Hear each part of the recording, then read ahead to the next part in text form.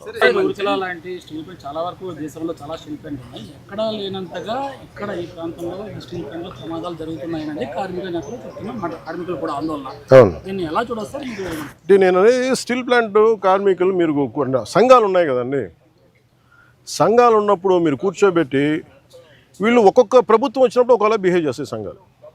నాకు ఇబ్బంది ఏముందంటే సంఘాలు అనేవి ఇర్రెస్పెక్టివ్ ఆఫ్ ఏ ప్రభుత్వం వచ్చింది ఏ ప్రభుత్వం పోయింది అనే కంటే కూడా సంఘం కార్మికుల సంక్షేమం కోసం ఇర్రెస్పెక్టివ్ ఆఫ్ మనం ఎవరు బాగా చేయగలం అని ఆలోచించాలి తప్ప మీరు వైసీపీ వచ్చినప్పుడు కాంప్రమైజ్ అయిపోయి వైసీపీ వచ్చినప్పుడు ఈ స్థలాలని మనం ప్రైవేటీకరణ చేసేద్దాం వాళ్ళతో కుంభక ఇవి నేను వాస్తవంగా చెప్పగలను.